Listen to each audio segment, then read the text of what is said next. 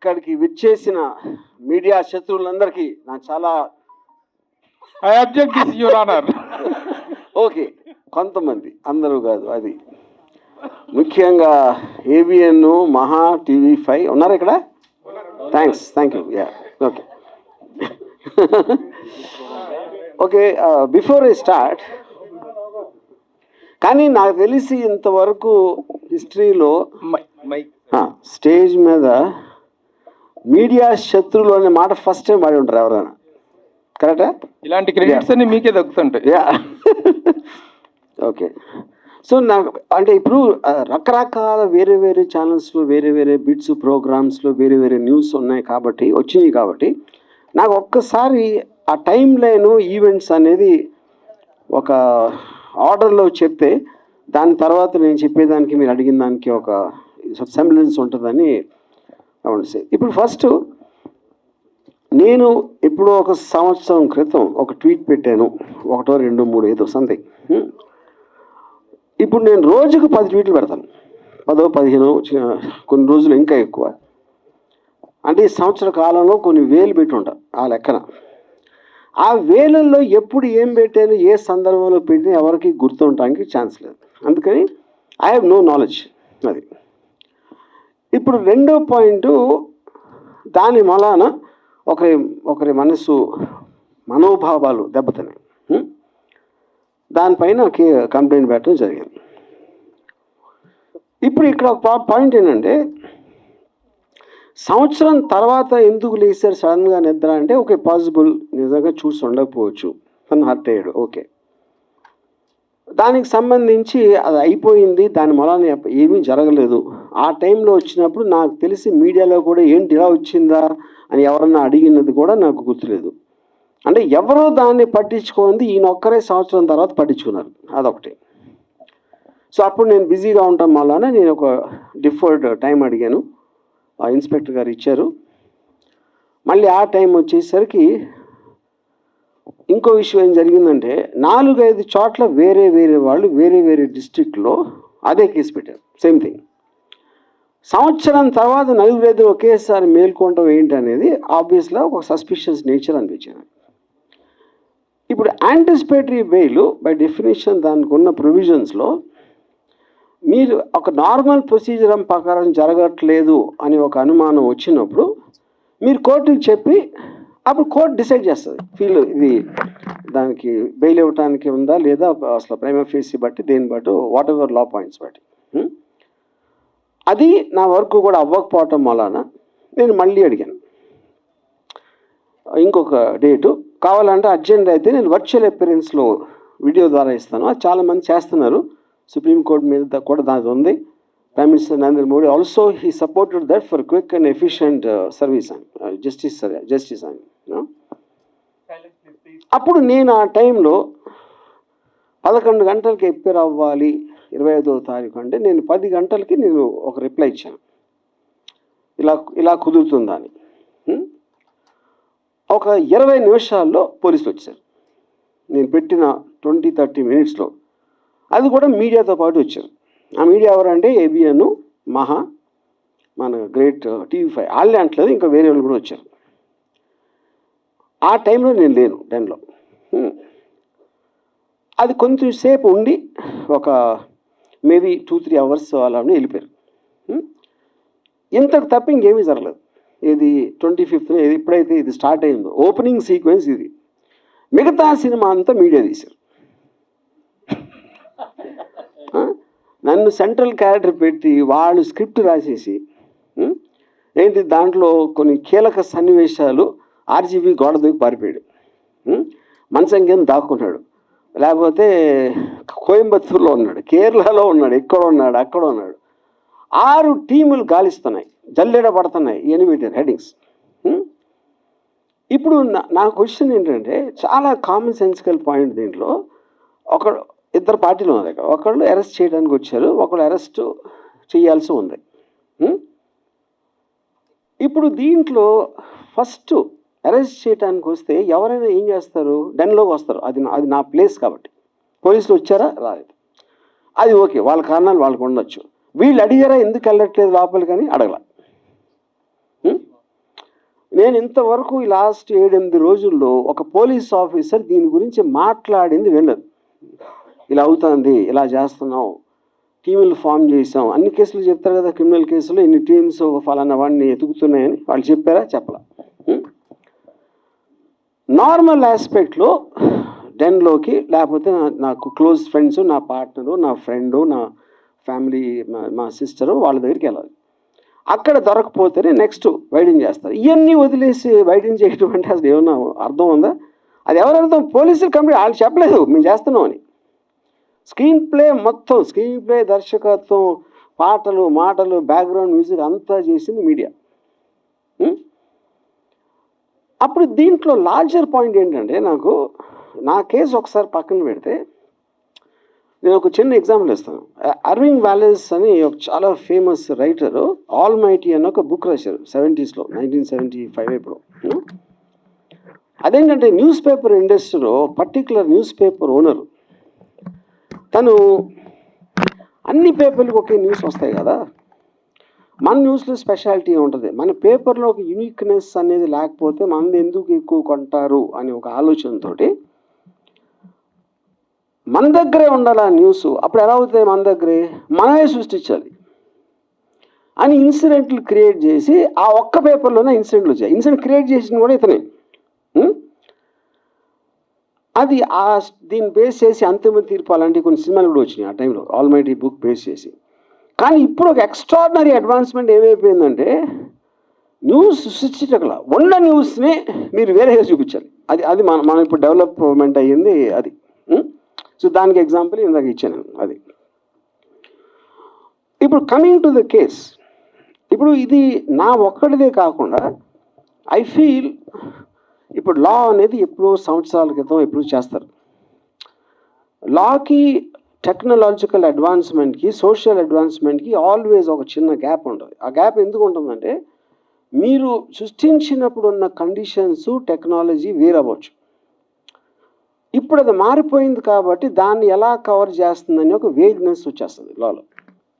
Cyber దాంట్లో అది problem. Social media ఎప్పుడు వచ్చింది, లేకపోతే లైవ్ స్ట్రీమింగ్ ఇలాంటివి వచ్చినప్పుడు ఏ విధంగా దాన్ని ఎనాక్ట్ చేయాలనేది చాలా కష్టమైపోతుంది. అది చెప్తాం. అప్పుడు ఎవరి దృష్టిలో ఇప్పుడు టూ మచ్ చేయకూడదు అని వింటాం మనం. టూ మచ్ అంటే ఏంటి అసలు? అది ఏమైనా డెఫినేషన్ ఉంటుందా? డిక్షనరీలో దొరకదు. ఎవరి దృష్టిలో టూ మచ్, ఆ టూ మచ్ని ఎలా మెజర్ చేస్తారు? టూ మచ్ ఇవన్నిటికీ ఆ డిఫరెన్స్ ఉంటుంది కదా ఇప్పుడు. ఎందుకంటే మనుషులు అన్నాక వేరే వేరే సెన్సిబిలిటీస్ ఉంటాయి, వేరే ఆలోచన దృక్పథం ఉంటుంది, వేరే ఐక్యూ లెవెల్స్ ఉంటాయి, ఎడ్యుకేషన్ లెవెల్ వేరు ఉంటుంది. అప్పుడు అందరికీ కామన్ చేసి ఇది టూ మచ్, అది 3 మచ్ అని ఎలా చెప్తారు? ఇప్పుడు ఉదాహరణకి నేను 2 days బ్యాక్ ఒక మీమ్ పెట్టాను. డొనాల్డ్ ట్రంప్ కమలా హ్యారిస్కి క్షౌరం చేస్తున్నాడు, గుండుగేస్తున్నాడు. అది నాకేమనిపించింది, నాకు వచ్చినప్పుడు ఆర్టిఫిషియల్ ఇంటెలిజెన్స్ జనరేటెడ్ ఇది ఎంత ఘోరంగా ఓడగొట్టాడు ఎలక్షన్లో అనేది దానికి ఒక ఆర్టిస్టిక్, ఒక కామికల్, క్యారికేచరిస్ ఎక్స్ప్రెషన్. ఇది నేను ట్విట్టర్లో పెడితే ఒకడు, ఏంట్రా డొనాల్డ్ ట్రంప్ని మంగళోడు అంటున్నావు నువ్వు అంటాడు ఒకడు. ఇంకోడేమో అంటే స్త్రీ జాతి అంటే అంత నీచమైపోయిందా, స్త్రీకి గుండు కొట్టిస్తున్నావా అంటాడు ఒకడు. అంటే దీన్ని ఎందుకు ఇస్తున్నానంటే ఎగ్జాంపుల్, అన్ని రకాలుగా మీరు ఒకే దాన్ని అన్ని దృక్పథాలతో చూడొచ్చు. అప్పుడు చేసినోడు, ఫార్వర్డ్ చేసినోడు, రిసీవ్ చేసుకున్నోడు ఎవడికి ఎలా ఎఫెక్ట్ అవుతుందని ఎలా నిర్ణయిస్తారు? అప్పుడేంటి కార్టూన్ మీరు నవ్వించడానికి పెట్టారా ఏదో? అంటే ఇప్పుడు సోషల్ మీడియాకి మెయిన్ స్ట్రీమ్ మీడియాకి కొన్ని డిఫరెన్స్ ఏంటి? సోషల్ మీడియాలో ఎవడెవడో చేస్తూ ఉంటారు, అప్పుడప్పుడు మూడు వచ్చింది, ఆడు తాగేసి ఉండొచ్చు, లేకపోతే ఆడు ఆ టైంలో ఆడికి అర్థం అవ్వకుండా అవ్వచ్చు, ఇంకేం పని లేదు కాబట్టి ఏదో చేయడానికి పెట్టాడు. ఇలాంటి రకరకాలు ఉంటాయి. It is not possible to దాన్ని రెగ్యులేట్ చేయటం అనేది. ఎందుకు పాసిబుల్ కాదంటే వేలల్లో ఉంటాయి అవి. కానీ డేంజరస్ ఏంటంటే సోషల్ మీడియా కన్నా ఎక్కువ మెయిన్ స్ట్రీమ్ మీడియా. ఎందుకంటే మెయిన్ స్ట్రీమ్ మీడియాకి ఒక పేరు ఉంటుంది, ఒక రిజిస్టర్డ్ కంపెనీ ఉంటుంది. అప్పుడేంటి ఇలా మంచి అంతా ఒక చిన్న బిల్డప్ ఇచ్చి వాళ్ళకి ఒక ఆఫీసు స్టాఫ్ యూనిట్ అందరూ ఉంటారు కాబట్టి ఎంతో కొంత సీరియస్గా తీసుకోవాలి అనే ఒక సైకలాజికల్ ఫీలింగ్ ఉంటుంది సోషల్ మీడియాలో వచ్చిన పోస్ట్కి మెయిన్ స్ట్రీమ్లోకి వచ్చిన న్యూస్కి. కానీ ఇప్పుడు ఏమవుతుందంటే ఇప్పుడు మెయిన్ స్ట్రీమ్ మీడియాకి లెక్చర్ ఇచ్చే ఉద్దేశం నాది కాదు, but I'm just trying to point out that point. అప్పుడు నేను నాకు లాలో ఉన్న ప్రొవిజన్స్ తోటి నేను ఒక రిప్లై పెట్టాను ఇందాక నేను చెప్పినట్టు. నాకు దానికి రిప్లై రాలా ఫర్ వాట్ ఎవర్ రీజన్స్, ఆ రీజన్స్ నాకు తెలియదు రిప్లై రావడం. అప్పుడు నన్ను కోట్ చేస్తా, నా ఎదురు వస్తే తిత్తి తీస్తా, నాతో పెట్టుకుంటే నన్ను టచ్ చేసి చూడు అని నా మొహాన్ని పెట్టి నన్ను కోట్ చేయడం చేస్తున్నారు. ఇది మెయిన్ స్ట్రీమ్ మీడియా అని చెప్పేది. అంటే ఇప్పుడు దాని నుంచి ఏంటి నన్ను కోట్ చేస్తున్నారు.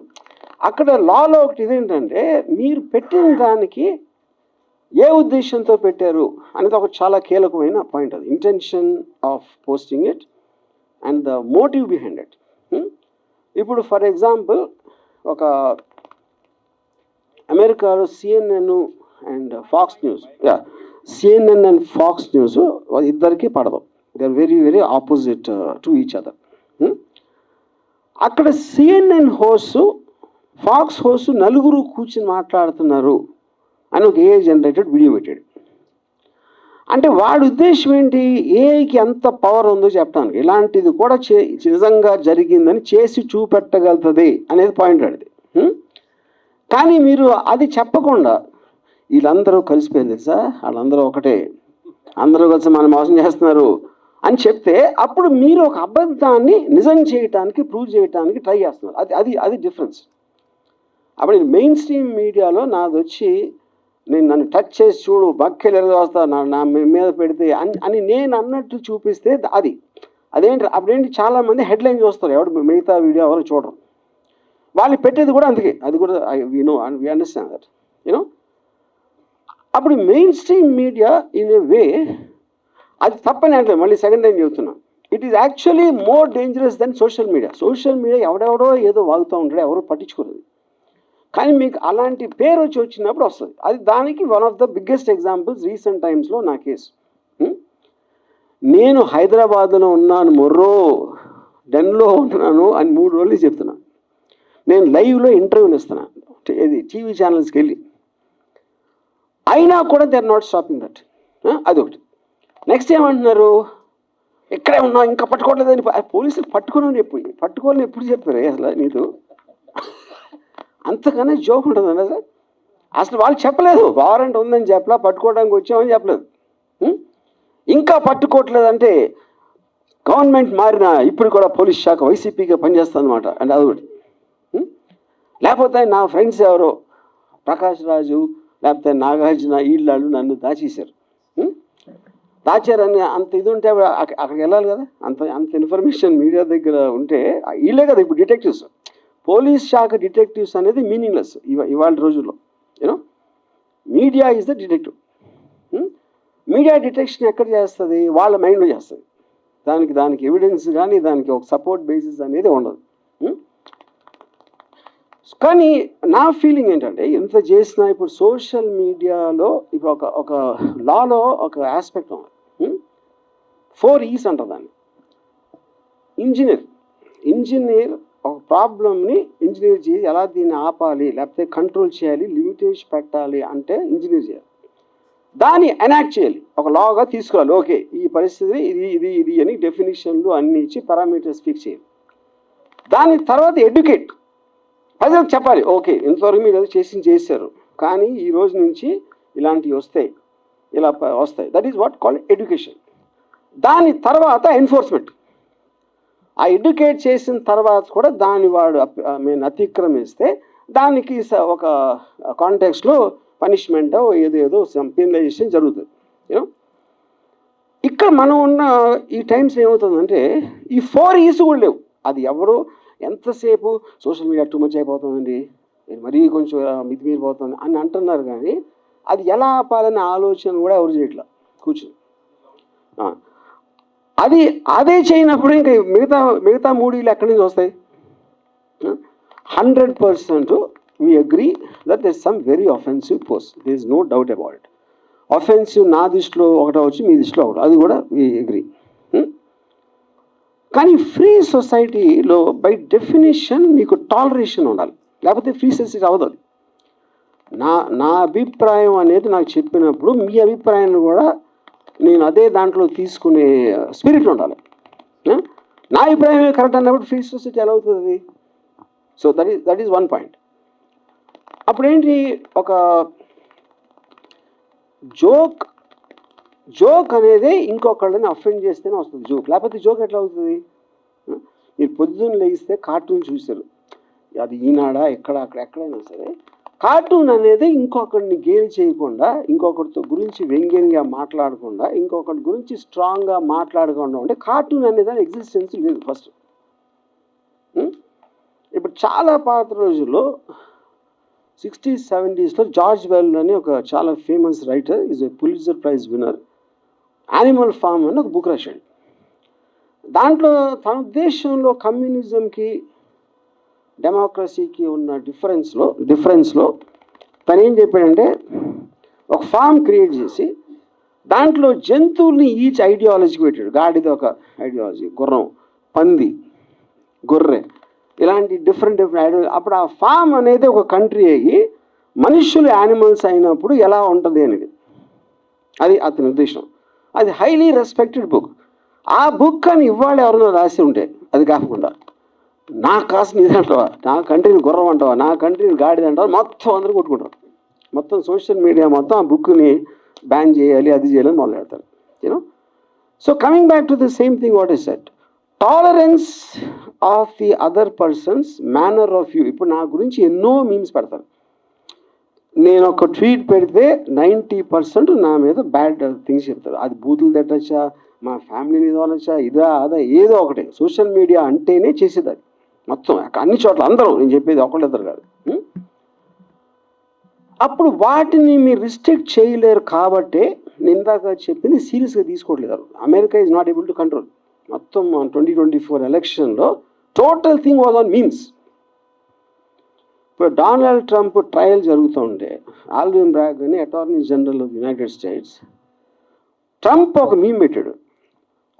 ఆల్విన్ బ్రాగ్ ఉంటే వెనకాల నుంచి బేస్బాల్ బ్యాట్ తోటి తల మీద కొడుతున్నట్టు పెట్టాడు. ఏది తన ఓన్ ట్విట్టర్లో. అది ఆ తర్వాత అమెరికన్ ప్రెసిడెంట్ అయిపోయాడు, అది వేరే విషయం. దాని తర్వాత సో ఇప్పుడు దీనికి ఒక చిన్న కనెక్షన్ ఏముంటుందంటే, సినిమా సెన్సార్ బోర్డు ఎందుకు ఉంది? 1952 సినిమాటోగ్రాఫ్ యాక్ట్లో వాళ్ళు అప్పుడు ఫీల్ అయింది ఏంటంటే, ఒక powerful medium imagery, dialogue, video వీటితోటి బయటకు వస్తాయి, అఫెండ్ అవ్వచ్చు, లేకపోతే ఇది అవ్వచ్చు, అది అవ్వచ్చు అని ఇలాంటి అన్నీ అనుకుని ప్రతిదీ ఒక బోర్డు చూసి డిసైడ్ చేసి సర్టిఫికేషన్ చేయాలి. ఆ టైంలో మీకు టీవీ లేదు, సోషల్ మీడియా లేదు, ఇంటర్నెట్ లేదు, శాటిలైట్ టీవీ లేదు, ఏమీ లేనప్పుడు వచ్చిన యాక్టర్. అందుకని దీన్ని ఏం చేయాలో తెలియక దీన్ని వదిలేస్తున్నారు. ఓటీటీ లైవ్ చూపిస్తారు, లైవ్ స్ట్రీమ్లో బూతులు తిడతా ఉంటారు, పాలిటీషియన్స్ బూతులు తిడతా ఉంటారు, మెయిన్ స్ట్రీమ్ లివింగ్ రూమ్లో పిల్లలు ఉన్నప్పుడు. అది ఎందుకంటే మీకు సెకండ్ బై సెకండ్ వెళ్ళిపోతూ ఉంటే మీరు చెప్పేది బయటికి, దాన్ని ఎలా సెన్సార్ చేస్తారు? అప్పుడేదో అది చేసాం కాబట్టి ఇప్పటికీ సినిమాలు ఒక్కదానికి పరిమితం చేస్తారు సెన్సార్. అంటే లాస్ అనేవి అలా యాక్ట్ అవుతాయని చెప్పడం నేను ఆ దృష్టి తీసుకోవడానికి చెప్తున్నాను. సో అప్పుడు అది కంట్రోల్ ఎలా చేయాలి, అసలు చేయాలా వద్దా అనేది మేజర్ ఇష్యూ. ఇప్పుడు సపోజ్ ఇది నాకు జరగలేదు అనుకోండి, ఇది ఎవరికో జరిగింది అనుకోండి, నాకు తెలిసి నేను కూడా ఎంజాయ్ చేసేవాడిని. ఎవరో డైరెక్టర్ ఎక్స్ ఆడు ఉనికిపోతున్నాడంట, గోడ దూకిసాడంట, సిలోన్ పారిపోయాడంట అంటే I'm sure even I would have enjoyed that. ఎందుకు ఎంజాయ్ చేస్తాం అంటే, మనిషి నైజంలోనే ఇంకొకటి ప్రాబ్లం ఉన్నప్పుడు మనకి డ్రమాటికలీ ఇంట్రెస్టింగ్గా ఉంటుంది అది వినటానికి. అందుకని మీకు ఎప్పుడు కూడా థంబ్ లైన్స్ అనేది నెగిటివ్ ఇష్యూస్లో వస్తాయి. నెగిటివ్ థంబ్ లైన్ ఉంటేనే ఓపెన్ చేస్తారు, లేకపోతే ఓపెన్ చేయడం దాన్ని ఫస్ట్. అప్పుడేంటి, అదే ఫ్యాక్ట్ అని అనుకుని ఓకే అని అనుకోవచ్చు. ఎందుకంటే మీరు చెయ్యలేని దానితో మన కోవిడ్ వచ్చినప్పుడు సహజీవనం చేయాలని చెప్పారు కదా, అంతే. అప్పుడు అది ఇది అనుకుంటే అలా తీసుకుంటే అసలు ప్రాబ్లమే లేదు. So more or less this is what I want to say. I think నేను మరీ ఎక్కువ లెక్చర్ ఇస్తే I'm sorry for that. Yeah, విషయం చెప్పండి. చెప్పాను కదా, ఇప్పుడు ఇంకేం చెప్పాలి?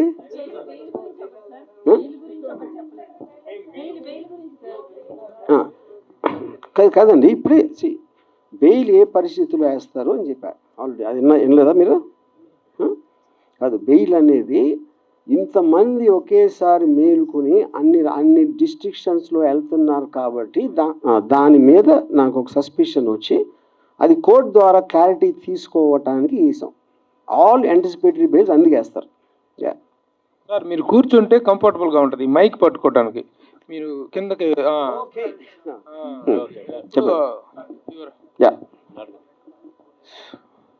ఏం చెప్పాలి? కంగ్రాచులేషన్స్ చెప్పాలా లేకపోతే ఎలా స్టార్ట్ చేయాలి? అది ఎట్లా బెయిల్ వచ్చినందుకు? ఇప్పుడు సార్ జుడిషియల్ ప్రాసెస్లో అదే నేను చెప్తున్నాను. ఇప్పుడు జుడిషియల్ ప్రాసెస్ మీరు ఏమి లాయర్తో మాడక్కలేదు. జస్ట్ మీరు వికీపీడియాలో కానీ లేకపోతే సెక్షన్ ఫలానా లేకపోతే 41 CRPC నోటీస్ ఏంటి అని పెడితే అందరికీ తెలుస్తుంది. అదే దానికి పెద్ద బ్రహ్మ మీకు మహా ఎడ్యుకేటెడ్ అని అవసరం లేదు. ఓకే, అందరూ ఒకటి మిస్ అవుతుంది. ఆర్జీని అరెస్ట్ చేయాలి, ఇంకా అరెస్ట్ చేయడం అంటే ఏంటి అసలు ఏం కేసు అని ఎవడు అడగడు. మర్డర్ కేసా లేకపోతే కిడ్నాపింగ్ కేసా, ఏం కేసు అసలు? అది కదా మెయిన్ డిస్ప్యూట్. అది మీరు ఒక్కసారి అది మీరు దాని మీద ఫోకస్ పెడితే మీకు ఫస్ట్ ఏం అర్థం అవుతుంది? రోజుకి 500 చూస్తున్నాం కదా ఇలాంటి మీమ్స్, అందరూ చేస్తారు కదా మొత్తం దేశం అంతా, ఇదేంటి అంత స్పెషల్ అని అడుగుతారు కదా. అది అడగకుండా ఉట్టి అరెస్ట్ అరెస్ట్ అరెస్ట్ అరెస్ట్ అంటే ఎలాగా? ఇప్పుడు బెయిల్ పూర్తి స్థాయిలో వచ్చింది, సోమవారానికి వాయిదా వేశారు కదా సార్. అది జుడిషియల్ ప్రాసెస్. నేను చెప్పేది ప్రాసెస్లో ఇంటరిమ్ బెయిల్ ఇస్తారు ఒక డేట్కి, దాని తర్వాత ఎక్స్టెండ్ చేస్తారు, లేకపోతే ఇంకోటి ఇస్తారు, లేకపోతే ఇంకోటి ఏదో వేరే పిటిషన్స్ అన్నీ వేస్తున్నాం. అదంతా డ్యూ ప్రాసెస్. ఆ డ్యూ ప్రాసెస్ అనేది ప్రతి దాంట్లో ఉంటుంది.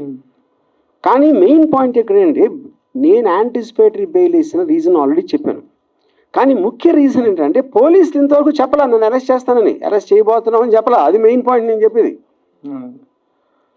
అది మీరు అవాయిడ్ చేసేసి మీ మొదలంతా అరెస్ట్ అరెస్ట్ అరెస్ట్ అని అంటున్నారు. అది ఇప్పుడు మీకు హెల్ప్గా నిలబడింది ఇండియన్ జ్యుడిషియరీనా లేకపోతే గతంలో ఒకసారి వ్యూహం సినిమా రిలీజ్ అప్పుడు, ఒక్క నిమిషం సార్, వ్యూహం సినిమా రిలీజ్ అప్పుడు ఎలా మీరు సెన్సార్ మేనేజ్ చేశారు, ఎలా how you could have come out of this అని అడిగితే దావూద్ ఇబ్రహీం హెల్ప్ చేశాడని చెప్పారు మీరు. ఇప్పుడు ఎవరు హెల్ప్ చేశారు సార్? అంటే ఇప్పుడు దావూద్ ఇబ్రహీం హెల్ప్ చేశాడు అని మీరు నమ్మారు? అది జోక్ అని కూడా తెలియదు. ఇప్పుడు కూడా చెప్పేదాన్ని ఇప్పుడు ఫర్ ఎగ్జాంపుల్ డ్యూ ప్రాసెస్లో దానికి ఉన్న సెక్షన్స్, దానికి ఉన్న ఎలిమెంటు, ఇప్పుడు ఒకటి ఏదైనా జరిగినప్పుడు సపోజ్ ఆ ట్వీట్ ఉందనుకోండి, దానికి ఒక యాక్షన్ జరగాల. మీరు నేను మిమ్మల్ని ఇప్పుడు చెప్పాను ఫలానా వాడిని కొట్టమని చెప్పాను, నేను చెప్పాను అంతే. మీరు కొట్టి ఏం చేస్తారు? ఆర్జీవీ చెప్పాను అంటారు. ఆర్జీవీ చెప్పినందుకు కొడితే అది నాకు దాని నుంచి డైరెక్ట్గా మీరు ఒక లాభం అనేది ప్రూవ్ చేయలేకపోతే నేను చెప్పినా కూడా that won't become an offence. Okay, so ఇప్పుడు 1 year బ్యాక్ నేను పెట్టిన ఏదైతే చెప్తున్నారో అది దాని వలన ఏం జరిగింది అసలు, ఇంత 1 yearలో ఏం జరిగింది ఒకటి. రెండోది, ఆ రోజున ఈయనంటే ఇప్పుడు నిద్రలేసాడు పెట్టినాడు, ఆ రోజున ఉన్న మెయిన్ స్ట్రీమ్ మీడియా ఇంక్లూడింగ్ వాళ్ళతో ప్రోలో ఉన్నా కూడా వాళ్ళు ఏదైనా అనుకున్నారు దాని గురించి? అనుకోవాలి. ఎందుకు అనుకోలేదంటే వాళ్ళు చేస్తారు, అదే చేస్తారు, ప్రోగ్రామ్స్ చేస్తారు. ఏది డూపులు పెట్టి, ఇది పెట్టి, క్యారికేచర్స్ పెట్టి, కార్టూన్స్ పెట్టి, పొలిటికల్ లీడర్స్ని కానీ సెలబ్రిటీస్ని కానీ ఎవరినైనా కంటిన్యూస్గా మీరు కార్టూనిష్గా చేయటం అనేది it's a culture in the whole world, in a free world. Ajeev గారు, అయితే 1 year బ్యాక్ జరిగిన దానికి కేసులు పెట్టడం ఏంటని మీరు అడిగారు. ఆ లాస్ట్ 5 yearsలో కూడా మీరు సినిమాలు తీశారు, ఈ గవర్నమెంట్ మారిన తర్వాత మానేశారు. ఎవరికి టైం వచ్చినప్పుడు వాళ్ళు నడిపిస్తారని ఎందుకు అనుకోవట్లే మీరు? ఎవరికి టైం వచ్చినప్పుడు వాళ్ళు నడిపిస్తారంటే ఏం నడిపిస్తారు? అంటే మీరు పొలిటికల్ మూవీస్ చేయనన్నారు కదా, ఇప్పుడు కూడా చెయ్యొచ్చు కదా. ఎందుకు చేయాలి? మూవీస్ చేయడానికి నా రీజన్. అప్పుడు భయపడ్డారు అనుకోవచ్చు కదా దాన్ని. నేను ఇది చెప్పింది ఎప్పుడు వ్యూహం రిలీజ్ అవ్వక ముందు చెప్పాను, నేను ఇంకా పొలిటికల్ మూవీస్ చేయను. ఎందుకు చేయనని చెప్పానంటే నాకు ఆ సెన్సార్ డీలేస్ అంతా చిరాకేసింది.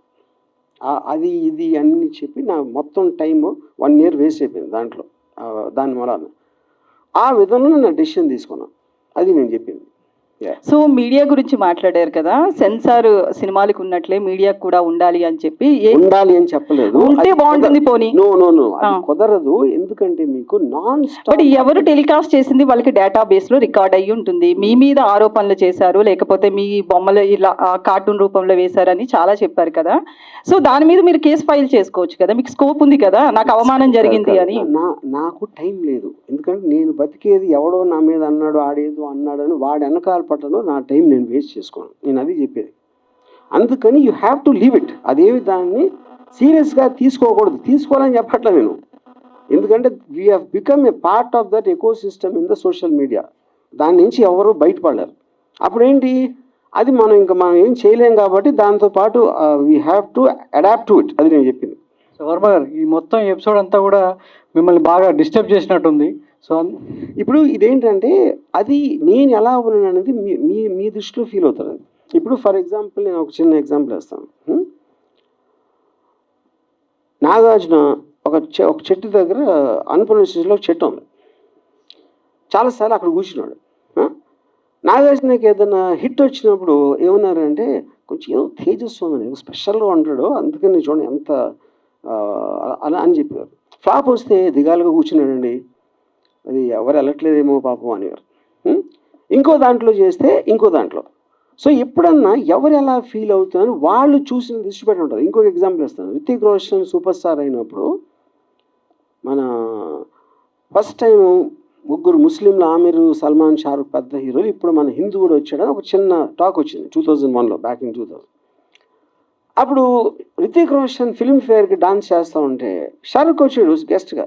వీళ్ళందరూ షారుఖ్ మొహం మీద కెమెరా పెట్టి చూడండి ఇక్కడ నవ్వట్లేదు, లోపల కుమిలిపోతున్నాడు, అదేమో ఇదేమో ఇది అంతే. ఎవరు షారుఖ్ ఏమనుకుంటే ఎవరికి తెలియదు అసలు అక్కడ.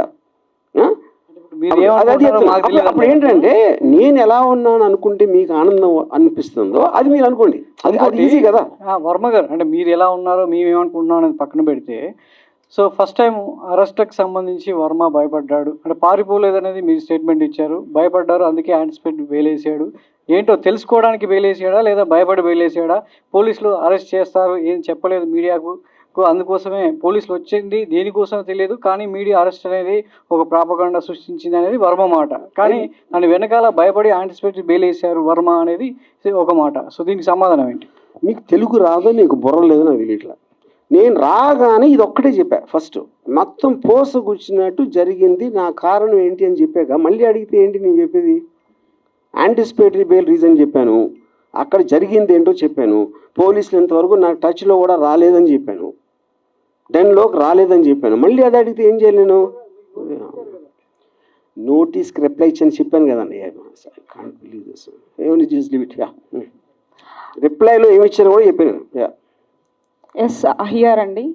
యా ప్రతిదానికి స్ట్రైట్గా మాట్లాడేటటువంటి ఆర్జీవి పోలీసుల విచారణకు సంబంధించి మాత్రం వెళ్ళలేదు, యాంటిసిపేటరీ బెయిల్ వచ్చింది, ఇట్స్ ఫైన్.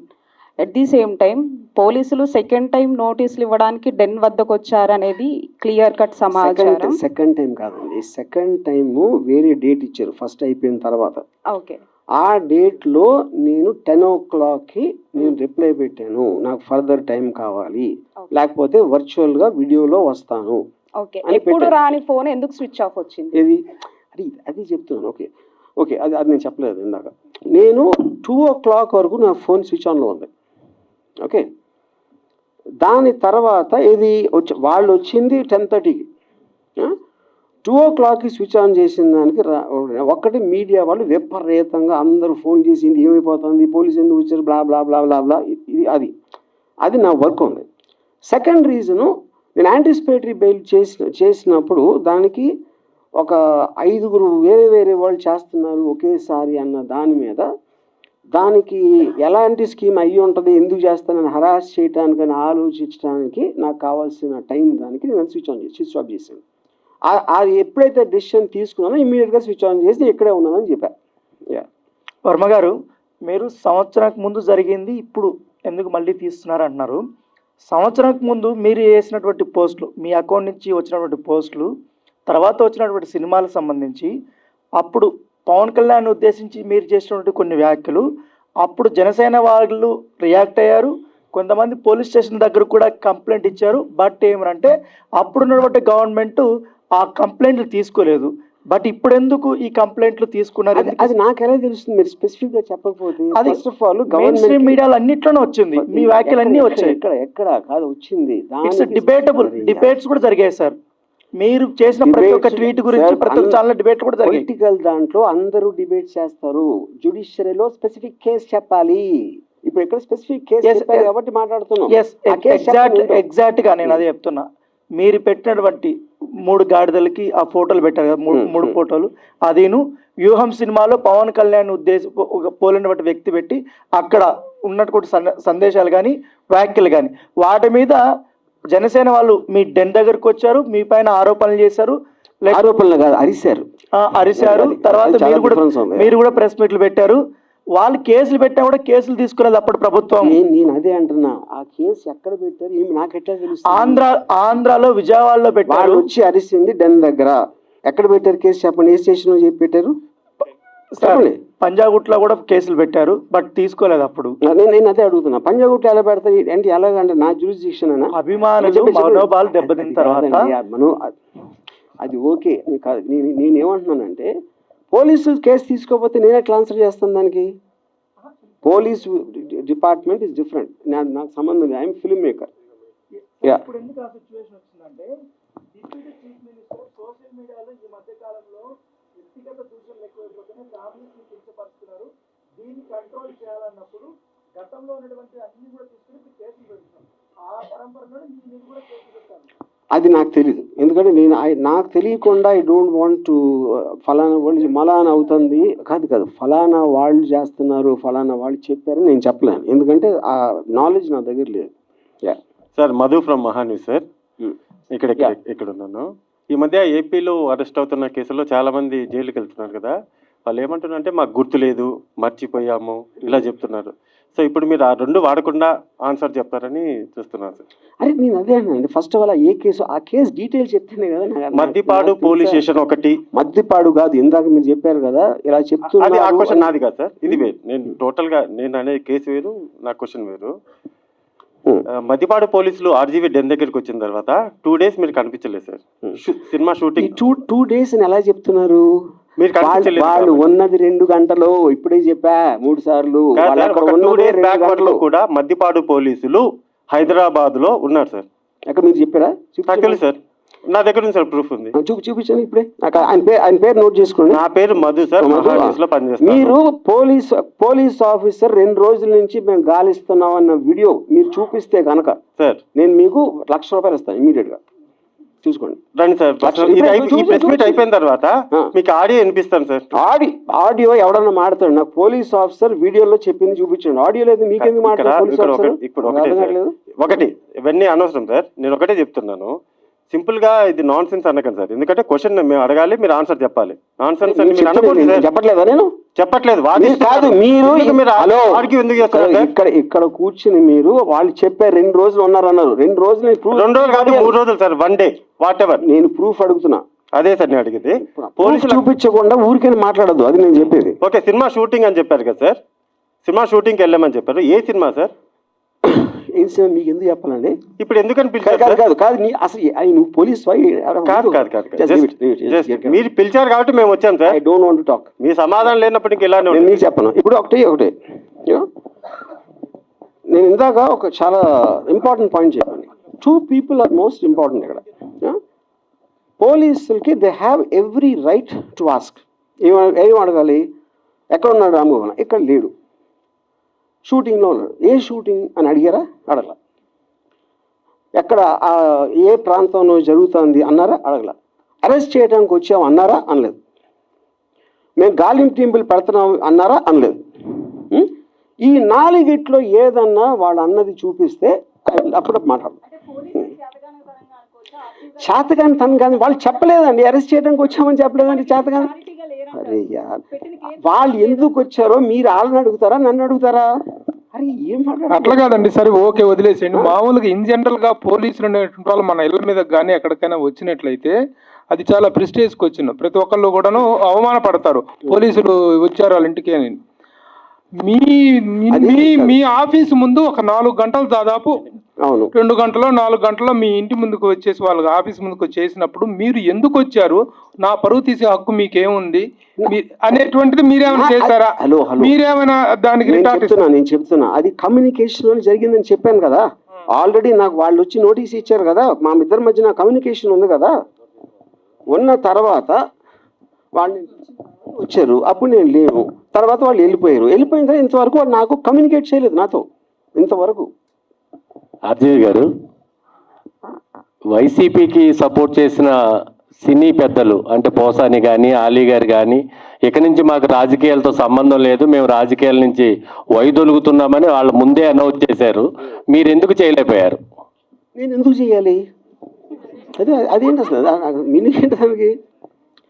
నేను నా ఇష్టం వచ్చింది చేస్తానండి. అది లా పరిధిలో లేనప్పుడు జ్యుడిషియరీ డెసిషన్ తీసుకుంటుంది, అది కరెక్టా కాదని. మధ్యలో ఎవరు చెప్పడానికి నేను చేయాలో చేయకూడదని. సార్ హర్జీ గారు, నేను వెంకట్ ఎన్టీవీ సార్. గతంలో మీరు సోషల్ మీడియాలో పోస్ట్ చేసిన అంటే కార్టూన్స్ వల్ల ఇప్పుడు ఈ వివాదం నడుస్తుంది కదా, మరి దాన్ని ఫుల్ స్టాప్ పెడతారా? మళ్ళీ అదే పవన్ కళ్యాణ్ చంద్రబాబు ఇలా వేస్తారు, మళ్ళీ వేస్తారా? నేను ప్రతిరోజు 5-6 పెడతా, ఇప్పుడు కూడా పెడతానే ఉన్నా. చెప్పాను కదా, డొనాల్డ్ ట్రంప్ చెప్పాను కదా ఇందాక. అంటే గతం నేను పొలిటికల్ నుంచి తప్పుకున్నాను అని 6 నెలల క్రితం వ్యూహం రిలీజ్కు ముందు చెప్పాను. ఆ రోజు నుంచి ఇంతవరకు నేను ఒక్క ట్వీట్ కూడా పెట్టలేదు. ఓకే.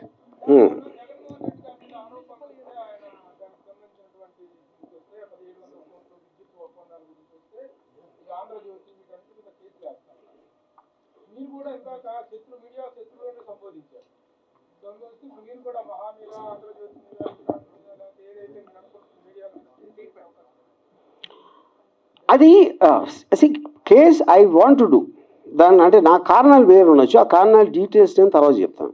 బికాస్ దిస్ కమ్స్ ఏది ఏది ఏది ఏది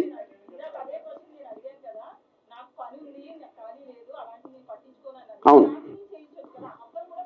ఇప్పుడు నాకు అసలు పని లేదు, టైం లేదండి నాకు. అదే వేరే నేను వచ్చింది కేసులు వేయటాను కదా, నాకు ఏం అవసరం అది రావటానికి ఛాన్స్ లేదండి. ఎందుకంటే సోషల్ మీడియా అనేది విపరీతంగా విస్తరించిపోయింది. వేలు మీద ఎలా పెడతారు మీరు? అసలు ఎలా పాసిబుల్? అది ఎవ్వరు చేయలేకపోతున్నారు, చేయలేరు కూడా.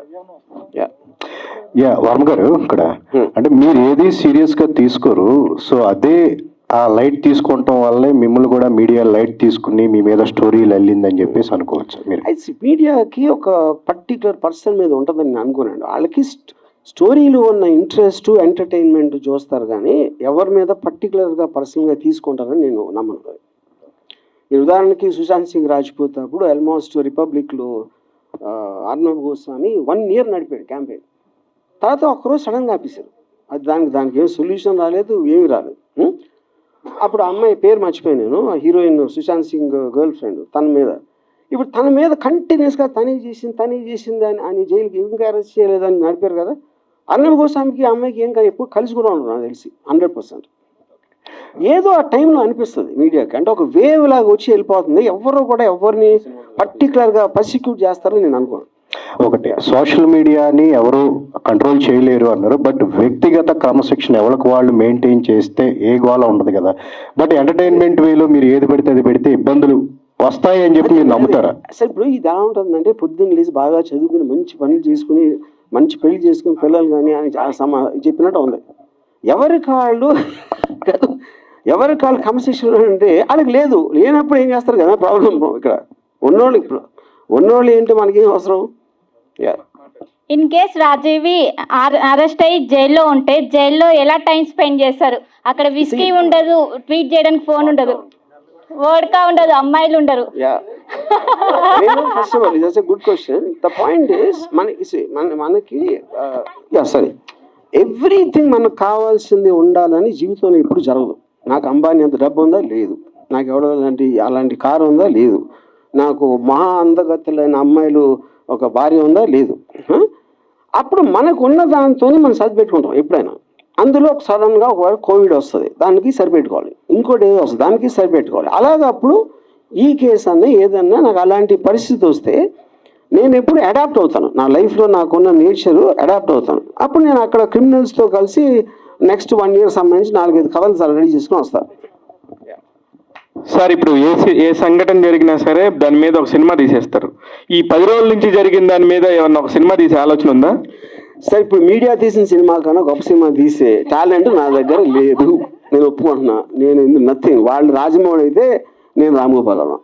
సార్ లాస్ట్ ఇయర్ వ్యూహం సినిమా ప్రెస్ మీట్ లో సార్ దసపాలలో నేను అడిగాను ఒక ప్రశ్న, 2024లో ప్రభుత్వం తారుమారు అయితే మీ పరిస్థితి ఏంటి అని. ఇదే అనుకోవచ్చా? నేను అదే అంటున్నానండి. అది మీరు అనుకుంటున్నారు, నేను ఏమనుకోవట్లా. ఇప్పుడు ఇక్కడ సింపుల్ థింగ్, లాజికల్గా ఆలోచించండి. ఒక నోటీస్ వచ్చింది, అయిపోయింది, వాళ్ళు వచ్చారు, వెళ్ళిపోయారు, ఎంతకన్నా ఏమీ జరగలేదు కదా.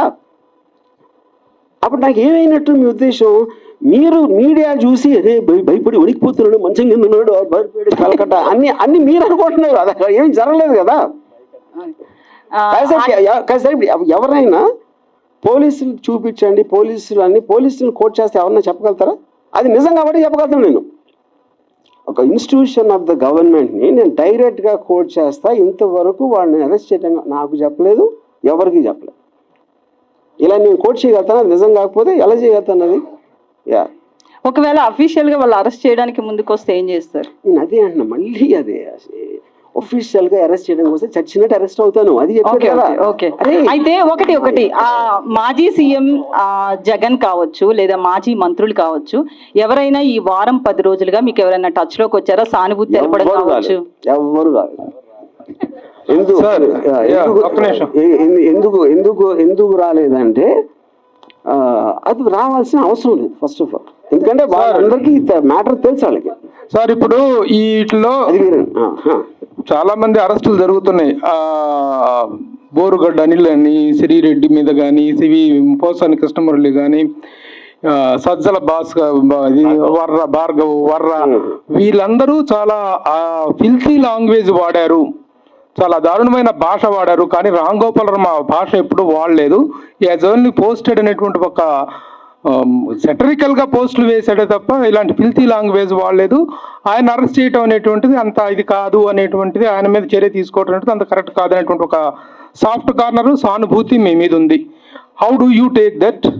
ఫస్ట్ ఆఫ్ ఆల్ అది వాళ్ళు ఎవరైతే మీరు పేర్లు చెప్పారో వాళ్ళు మాట్లాడుతున్నది కేసు కాదు కూడా నాకు తెలియదు.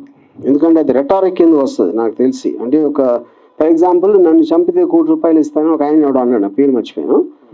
ఇప్పుడు అంత డైరెక్ట్గా కాంట్రాక్ట్ కిల్లింగ్ మర్డర్ చేయమని ఆఫర్ ఇచ్చిన అతని మీద కేసు ఏముంది, కంప్లైంట్, బట్ నథింగ్ హ్యాపెన్. ఎందుకంటే టీవీలో కూర్చుని చెప్పటానికి ఏ భాష, ఇవాళ భాష ఎవరు వాడట్లేదు, బూత్ మాటలు ప్రతి లీడర్ వాడుతున్నాడు.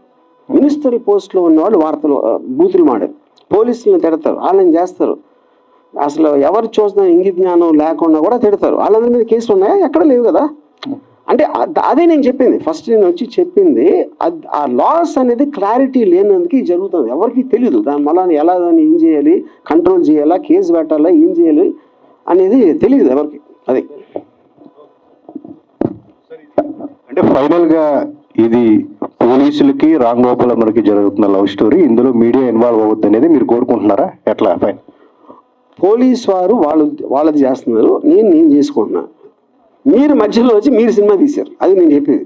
పోలీసులు తీయలేదు, నేను తీయలేదు సినిమా ఇక్కడ.